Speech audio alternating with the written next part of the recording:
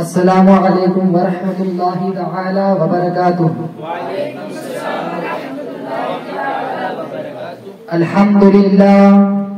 الحمد للہ رب العالمین والعاقبۃ للمتقین والصلاة والسلام علی سید الانبیاء والمرسلین وعلی آلہ واصحابہ اجمعین، اما بعد فأعوذ بالله من الشيطان الرجيم، بسم الله الرحمن الرحيم، ألا بذكر الله تطمئن القلوب، صدق الله العظيم وصدق رسوله النبي الكريم، ونحن على ذلك لمن الشاهدين والشاكرين، والحمد لله رب العالمين۔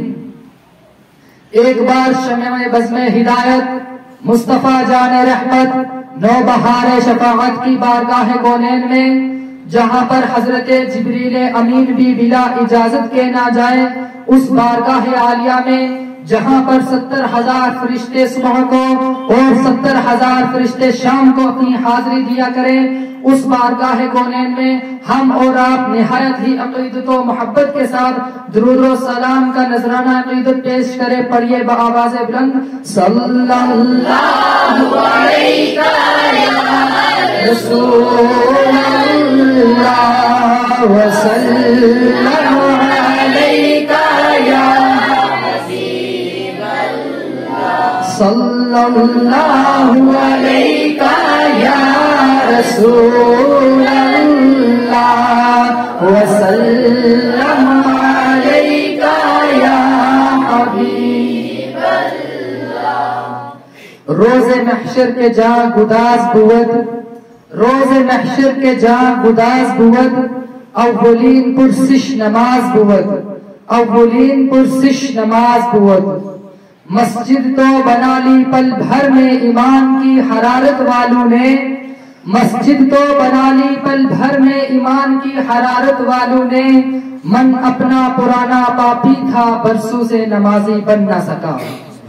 یہ ایک سجدہ جسے تو گرہ سمجھتا ہے، یہ ایک سجدہ جسے تو گرہ سمجھتا ہے، ہزاروں سجدوں سے دیتا ہے آدمی کو نجات۔ سبحان اللہ۔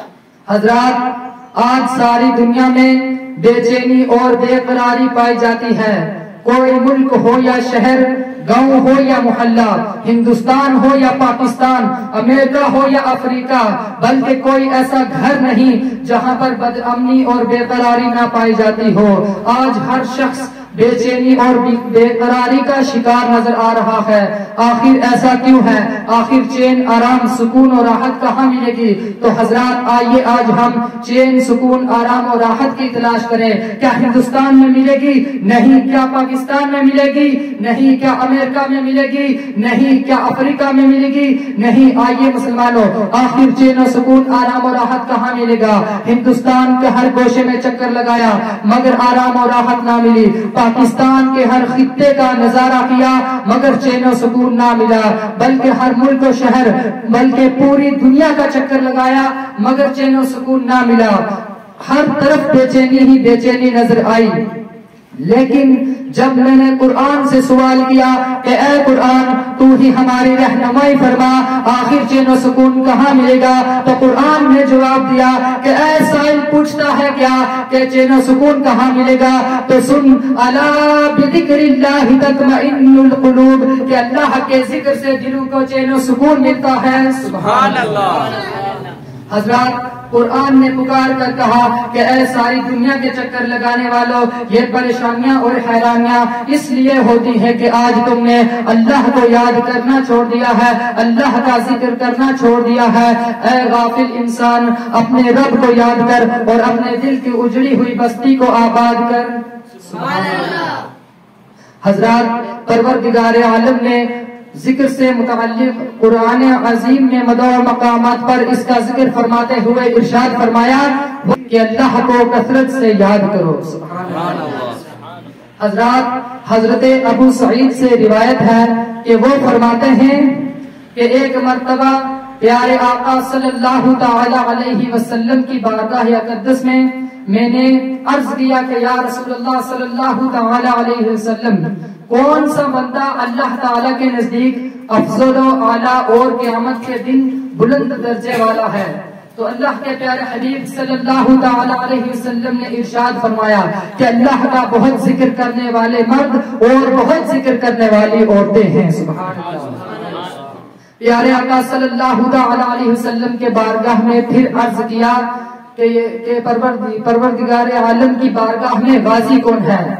تو پیارے آقا صلی اللہ تعالی علیہ وسلم نے ارشاد فرمایا کہ غازی وہ ہے جو کفار و مشرکین پر اتنی تلواریں چلائے کہ تلوار ٹوٹ جائے اور خون میں رنگ ہو جائے، مگر اس سے بڑھ کر غازی وہ ہے جو اللہ کی راہ میں جہاد بھی کرے اور ذکر الہی سے غافل بھی نہ رہے۔ سبحان اللہ، یعنی اللہ کا ذکر بھی کرے اور اللہ کی راہ میں جہاد بھی کرے۔